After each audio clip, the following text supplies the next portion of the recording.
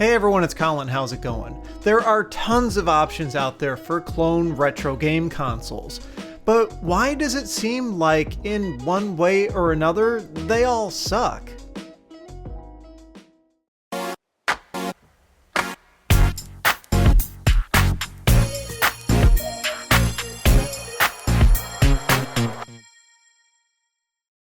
So clone game consoles are nothing new, believe it or not. They've actually been around for decades. It seems like for as long as game consoles have existed, there have always been copycats trying to take advantage of that market, trying to come out with consoles that are cheaper than the original to get people to want to spend their money that way instead. And historically, that kind of makes sense because consoles, at least in their infancy, were relatively expensive. You'd be looking at a couple of $100 for a console in 1980s money, and translated to today, that's a lot. So clone consoles that could be cheaper, represent any kind of savings, would understandably, have a little bit of market value to them. And as far as I can tell, there are three types of clones out there, at least in terms of like physical hardware things that you can buy. Emulation, running on commodity computer hardware like on your own PC or whatever, that's really kind of a separate thing. But in terms of actual, physical clones that you can buy, as far as I can tell, there really are three. The first one is the oldest type, and it's what I call a true hardware clone. It's basically where they went and reverse engineered the original system with the goal of duplicating how that system worked electrically. Basically, they'd look at all of the chips on the circuit board, all the traces, where everything went, how everything interfaced and worked together, and then design their own system to work in exactly the same way. And their goal would be to try and cut costs where they could by maybe, substituting a less expensive part, that would work probably as well as maybe a higher quality part in the original console. That sort of thing. Plus, there would be cost savings on their part because the reverse engineering would probably cost less than the initial R&D that, say, Sega or Nintendo or whoever had put into developing that console from the ground up. So the whole goal was to basically give you the same console, more or less, but at a bit of a lower price. And there weren't too many of these simply because it still was fairly expensive, both in terms of parts and in terms of labor to, pull this off. But there have been a decent number of them, throughout history. The first one, probably the most interesting one to me that comes to mind, is a console called the Scorpion 16. It was a Sega Genesis / Mega Drive clone. I'll actually include a link to a really cool teardown video by Retro Game Tech. A number of years ago, he did a video where he took one apart and showed you kind of the comparison between an original, Mega Drive and this console. And they're very, very similar. You can tell they spent a lot of money on this clone console, and indeed, it was a really interesting device. It proved to be feasible to build these clone consoles. I don't think a ton of them were sold, but enough were sold, probably for that company to at least break even on, the investment that they went into building it.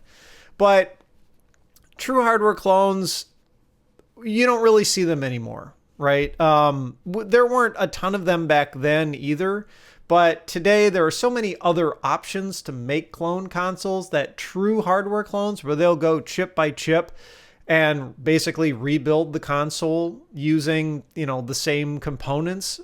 We don't really see that so much. What we do see is this second type, still a decent amount, and it's what I call SoC clones, or System on a Chip clones.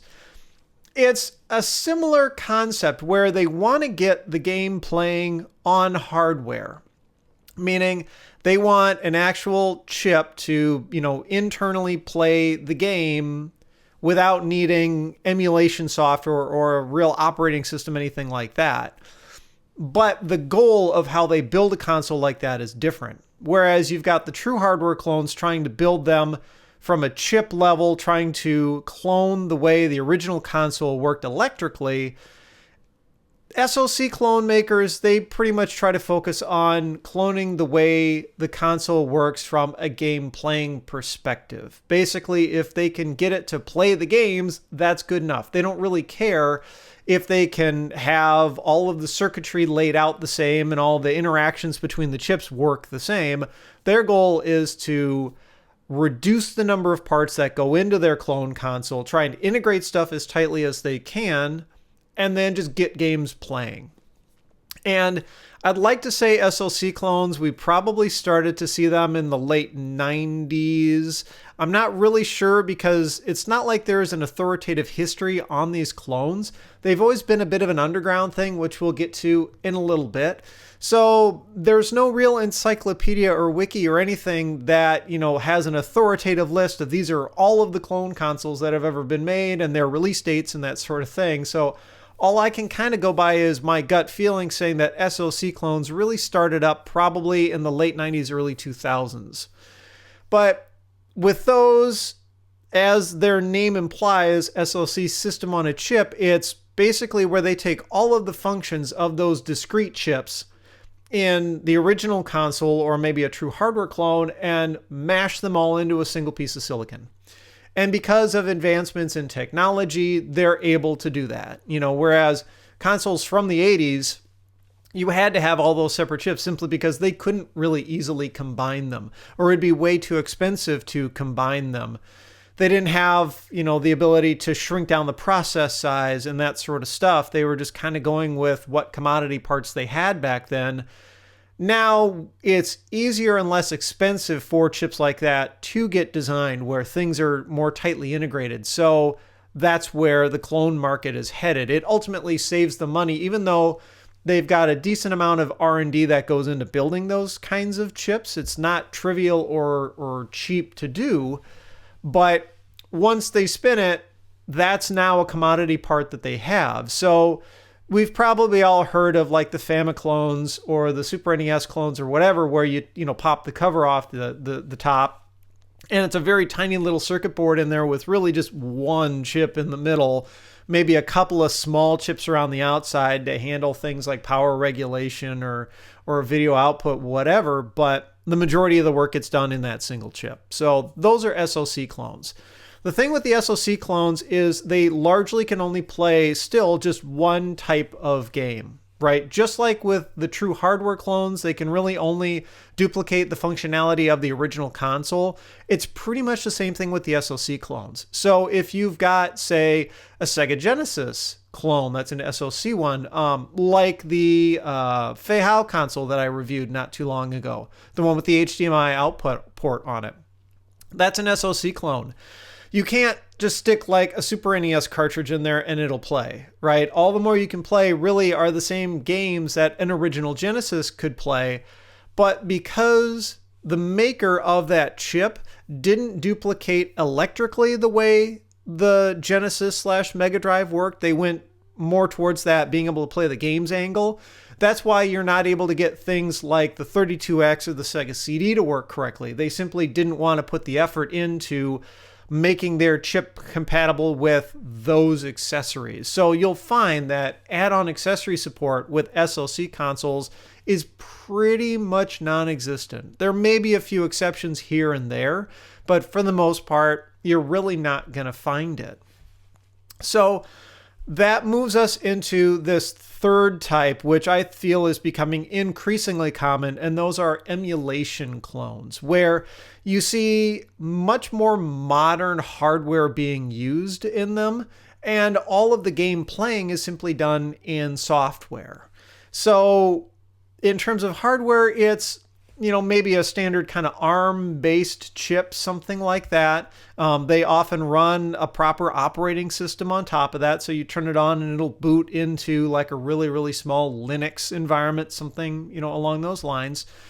And then there'll just be a bunch of emulators sitting on top. The upside of these emulation-based clones is that they're very flexible, right? They can have multiple features because you more or less have created a small handheld computer. at that point. What I've got in front of me here is a Revo K101 Plus. I did a review on this a while back. You can play more than just GBA games on this console. That's the point behind these sorts of like emulation type devices, is they add that extra flexibility, which then gives them an additional selling point. Hey, it's more than just this one console. It's all of these other ones. Go ahead and load all your ROM files on it and go nuts. Some of them have the ability to play physical cartridge games. Like in the case of the K101 Plus, it's actually got, a standard GBA cart slot on the bottom, and it'll play GBA games, but it also has the ability to play ROMs off of a micro SD card.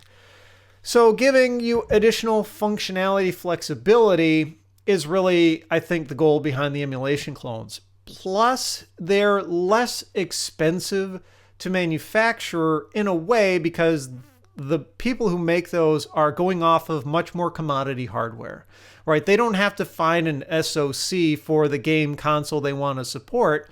They can just be like, oh, well, we'll just, pick this commodity ARM-based chip, and oh, hey, there's a processor architecture and, like a reference design for a board already out there that we can just use. Let's just crank out a bunch of boards and cases and buttons and everything in the form factor that we want. And we can just, put these all together and, load some software on there and call it done, right? So that's really where I think the future of retro game clones is heading, simply because it's a much better selling point for the manufacturers. Plus, they're easier to spin up, easier to modify as time goes on, and there are a lot more components in there that can be reused. When you've got an SoC for a particular console, considering how much money you put into making it, you're kind of stuck with it, right? That's all the more there is. You don't want to, a couple of years down the road, go, well, we could have done this one better and redo the whole thing. That's just more money that you're spending for a relatively low use type of item. You're not going to sell a ridiculous number of them. So it's these limiting kind of factors, I feel, is why these clone consoles, despite all this modern technology that we have, why they still tend to be limited in one way or another, why they kind of suck in one way or another. And that's the thing with all of the clone console reviews that I've done so far, all the clone consoles I've looked at, there's always been one major thing about it that's been a bummer, right? Whether it's the performance of the console itself, or a major missing feature, or the build quality is low, or the screen, the parts quality isn't up to par, something like that. There's always some kind of limitation. And I think there are a few different factors as to why this could be. There's definitely parts. The physical part of the console is, from the ongoing basis, going to be the most expensive thing, right? Like any of these companies, they're going to drop a decent amount of money relatively into the R&D of a clone console. But the thing that they have to keep paying over and over is the parts cost, the, bill of materials for each console. So they're going to try and minimize that, as any company would. So yeah, they could throw a really nice high quality LCD screen in there, but what's the price difference between that and a more kind of mediocre, part? They could spend more money and build a really nice enclosure for it, but for how much volume they're going to be creating, how many of these consoles they'll make, is it really worth it? Is it really worth them going that extra mile to make a better mold or use better quality plastic? That sort of thing. Tool up an assembly line. These all have real tangible costs to them. What about the ergonomics, the design? It seems like a lot of these follow the same form factor. And so you've got, I think a couple of things. You've got either the traditional, let's just copy the look of the original type of form factor, like with the GB Boy Color. From the outside, this thing is pretty much identical to a Game Boy Color. And the Game Boy Color has largely been considered to have pretty good ergonomics. People don't really complain about, when they play a Game Boy Color, after 5 minutes their hands start cramping up or anything like that. People like that design because, well, Nintendo probably put a lot of time and money into the ergonomics of that console. So, one way to do it is to simply copy that design. That could get you in trouble, though, if you were to sell enough of those, which we'll get to in a little bit. The alternative is to copy the look, but tweak it. So here are two examples, the BitBoy and the Retro Mini. These look kind of like a weird hybrid of the original DMG and the Game Boy Pocket, but they're each unique on their own. They're completely different size from those originals, and they've got their own compromises. The BitBoy's got 4 action buttons on the front, and they're in kind of a weird layout. And because of the size of the buttons versus the size of the console, it feels pretty cramped to play this thing. And the same thing is kind of going with the Retro Mini, which I pointed out in my review. The buttons are a better, I would say, kind of like size compared to the console itself. So it's not quite so annoying to hold the console and press the buttons on the front. But because this is actually a Game Boy Advance clone, it's got shoulder buttons on the back, and the shoulder buttons on the back kind of suck. The Revo K101 Plus, I think, is a lot better in this regard, but it looks more like a Game Gear really than anything else. Maybe kind of a GBA type of design. I don't know. It's got 4 action buttons on the front, which is a little different. The shoulder buttons are actually not bad, but, that's the other way to go. Designing something in its own new form factor costs some more money. So when you've only got a limited amount of money that you can spend for the total design and kind of run up to production of a clone console, you have to pick and choose how you're going to spend it.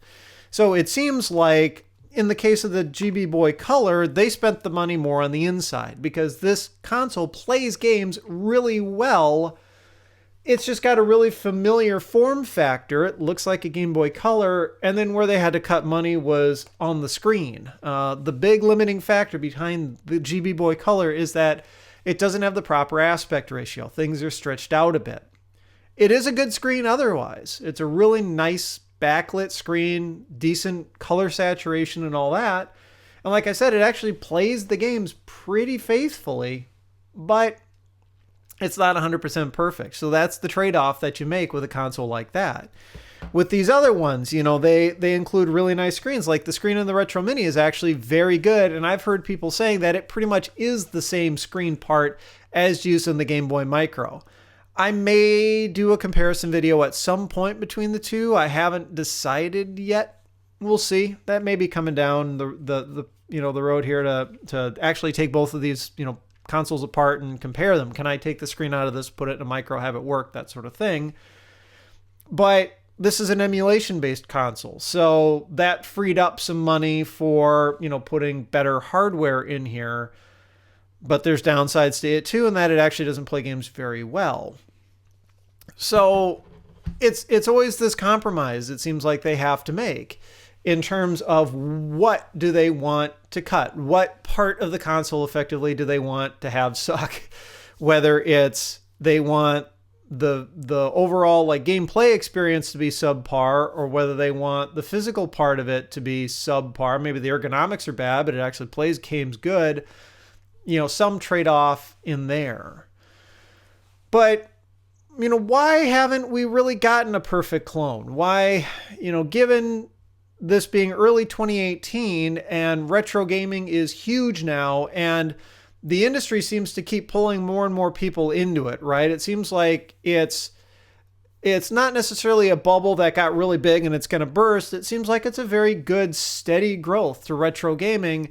Why in early 2018 do we not have like a so-called perfect clone console? Why hasn't anyone come out with a really, really good like handheld clone that can play all the Game Boy games with a really good screen and accurate emulation and tons of features and all that? Why hasn't that happened? I don't know. I really don't know. All I can do is come up with a few ideas and just kind of guess as to which one is the most likely. The first one that comes to mind is a simple issue of communication. Maybe the feedback isn't making its way back to the creators of these consoles. Let's be honest, the majority of these clone consoles these days are designed and manufactured in China. So there's a physical barrier, right? From the US, they're literally on the other side of the world. And there's a language barrier, right? Chinese is mostly spoken in China. It's not like the majority of Americans can speak that same language. So maybe it's just a matter of their expectations as to what's good for a console doesn't meet the expectations of what, say, an American, North American, or European audience considers good for a clone console. And because of communication barriers, that just isn't making its way back to those manufacturers. Well, that could make sense, but I don't really buy it for the simple reason that we keep getting new clone consoles. So if the console makers thought they had come out with the so-called perfect console, they would just stop, right? Like, they would just make it and put it out there and be like, hey, we made the perfect clone console, we're done. Let's just sell a bunch of these and keep making them.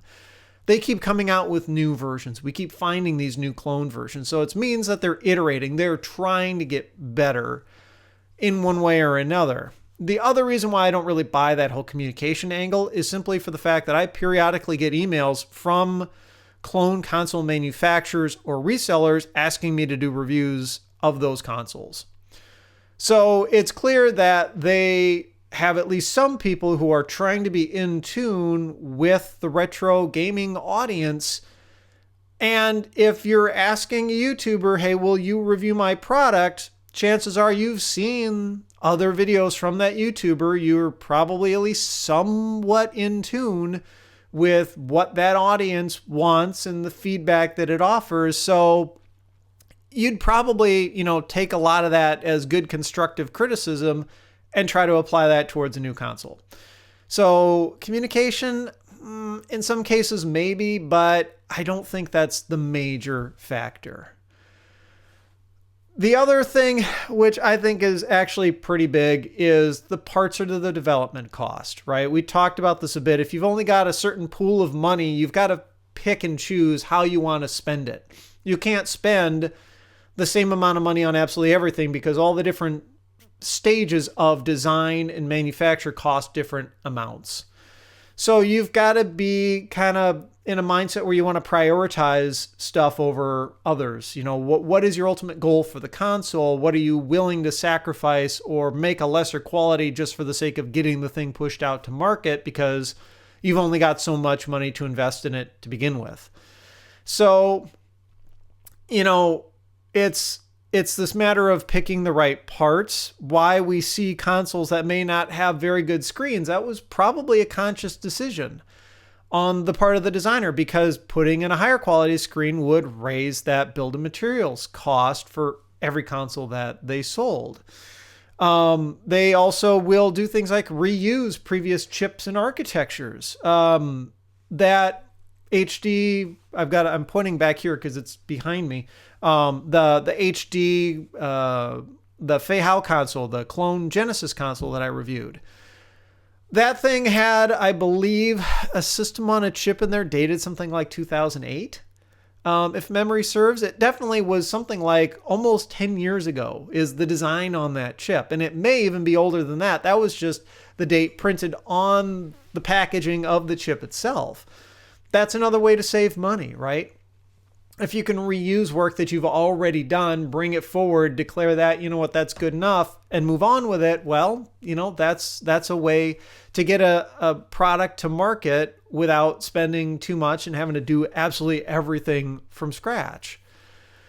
And that trying to keep costs low part, I think really dovetails with this next part, which I suspect is really the biggest factor as to why we just haven't really gotten a perfect clone, and it's simply for the fact that it's still a small market overall, right?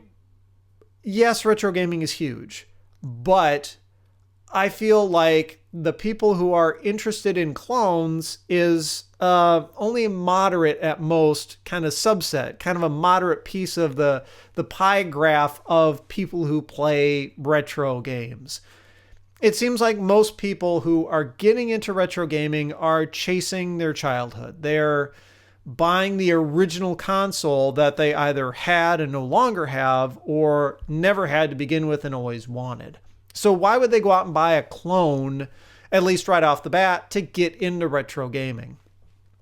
I'm sure some people do that, but I don't think that's the majority. I think a lot of people know that clone consoles may not be the best in terms of experience, so it becomes a little bit kind of a catch-22 type of cycle, right? Where if you're always thinking all these clones are junk and not buying them, that reduces the number of them sold, which reduces the amount that these companies can invest to make them better. So they only get a small amount better every single time. And because they're not really getting amazing, then people are still thinking, oh, these are crap. And the cycle continues. So I think it's most likely a large economic factor. It's just, there's not a whole ton of money in it. And these companies aren't all that big name companies. Yes, there have been some big name companies that have put clone consoles out there. The Retron series of consoles is a big one. Hyperkin, they're huge into this sort of thing. But the majority of consoles, I would say, on the market, if you go hit up eBay or any other, online shopping site, I mean, they're even on Amazon now, the vast majority are going to be, consoles like the BitBoy or the Retro Mini or the GB Boy Color from companies that you've just never heard of. And these are small companies that are just trying to, get a product out to market, but they don't have the capital to really just pull out all the stops and say, you know what, we're going to make the best clone console we can. There's another interesting thought that I had, though, is it's possible, other than the economic side of it, that litigation risk of being sued is a major factor in these consoles. We've seen clone console manufacturers do some pretty brave things, like with the Retro Mini, that review from a couple of weeks ago before I filmed this. It came with a micro SD card full of like 500 GBA ROMs, like legit, real GBA ROMs. That's just blatantly illegal, right? That's copyright infringement. They can't do that. I'm surprised that's the case. Emulation itself, I should note, is not illegal, at least in the United States, as long as you're not infringing on anybody's patents or copyright. Those are really kind of the big factors. If you can come up with a way to emulate games on your own, completely reverse engineering the way that the original console works, writing software to play those games, but not stealing, say, any code out of the ROMs of the original console or violating patents as to the way chips are architected, anything like that, if you can do it completely on your own without stealing anything effectively, it's totally legit. But that's expensive. That's really time consuming and expensive to come up with all that stuff from scratch. So I think part of the reason why consoles may suck, interestingly enough, may actually be intentional. I kind of can't help but wonder if the console manufacturers, these clones, aren't leaving features kind of crippled on purpose. I think they know that their consoles aren't that great. I think they know that people may consider their consoles to be somewhat inferior quality, but if they can strike a good enough balance to get some sales out of that console, they might be able to get themselves in a place where they're still able to sell that console, but haven't really gotten the attention from, say, Nintendo or Sega or anything like that, right? If Nintendo cared, they could totally shut down the company that produced the Retro Mini. They absolutely could, just based on the fact that they're including, pirated ROMs right in the package and advertising that fact when you go to buy one. The other console manufacturers, I bet they've considered doing something like that. I bet they've considered, you know what, we could just dump the ROM out of, say, the Game Boy Advance and flash it to a chip and make a killer new Game Boy Advance. And it'd be cheap to do that, but the risk of getting shut down by Nintendo is too high. So that's kind of where I'm starting to wonder is if the reason we haven't found a perfect clone console, in quotes, is simply because it's too risky for some manufacturer to make one. I don't know. I think the strategy of that kind of makes sense, but who knows? The big question, of course, is so what can you do, right? You want that really good gameplay experience. You want good ergonomics. You, of course, want a really good screen if it's a handheld console. You want really good video output if it's a home console. What can you do? What options do you have? And the best thing that I can think of is to roll your own. Make your own using commodity parts. And by far the most popular way to do that right now is using a Raspberry Pi. A Raspberry Pi with RetroPie loaded on it is pretty incredible. It offers a really, really good interface. The emulation quality is pretty high. No, you can't play every single game ever produced, right? On the newer consoles, it starts to choke. It's having problems basically starting around the 32-bit era, maybe a little past that. I know on a Raspberry Pi 3, like N64 games get really choppy. It kind of starts to struggle at that level because the emulation just is pretty inefficient. Some consoles work better than others, but if you're looking primarily at the 8 and 16-bit era, a Raspberry Pi with RetroPie is totally the way to go. And that's really inexpensive to get set up with. You also get really good video output quality because Raspberry Pis have HDMI ports built in that'll carry video and audio. There's lots of options in the emulators to try and enhance the visual quality as best they can. You can do artificial scan lines and all that kind of stuff. So I think that's really the way to go. And that, I think, also holds true for handheld gaming. I've been keeping kind of an eye on the whole Game Boy Zero type of movement. I'm not sure whether I want to go down that road myself, maybe do a video on it or not. But it's basically the same thing where you get a handheld form factor, usually a clone Game Boy like DMG shell, and you stuff a Raspberry Pi and buttons and battery and a screen and everything in there, and you run RetroPie on it. So now you've got that handheld gaming experience that works just as well as, like, the console version experience for RetroPie, but playing all your Game Boy games. And that may be the way it is for the foreseeable future. I'm just not sure. I am, of course, curious as to your thoughts on this. Do you think we'll ever find a clone console that really doesn't have any sort of compromises or limitations to it, that really just nails all of the really critical bullet points in terms of, ergonomics and gameplay experience and really good screen if it's a handheld and good battery life and not too expensive and all that? Or do you think there's merit to the fact that either the market is just too small to bear the cost of a console like that, or that maybe, there's too much risk in legal terms of going up against, Nintendo or Sega or any of the other big original console manufacturers? I'm just curious as to your thoughts, so be sure to share them down below. Also, real quick, if you're interested in an audio-only version of this podcast, those are available for supporters over on my Patreon page. As little as $1 a month gets you access to them. I don't have any sort of tiering or anything going on at the contribution levels, so anyone who becomes a patron gets early access to just plain MP3 versions of these podcasts, and there is RSS support, which is totally awesome. So, if you like this one, I would appreciate a thumbs up. Be sure to subscribe if you haven't already. You can follow me on Twitter and Instagram at thisdoesnotcomp. And as always, thanks for watching.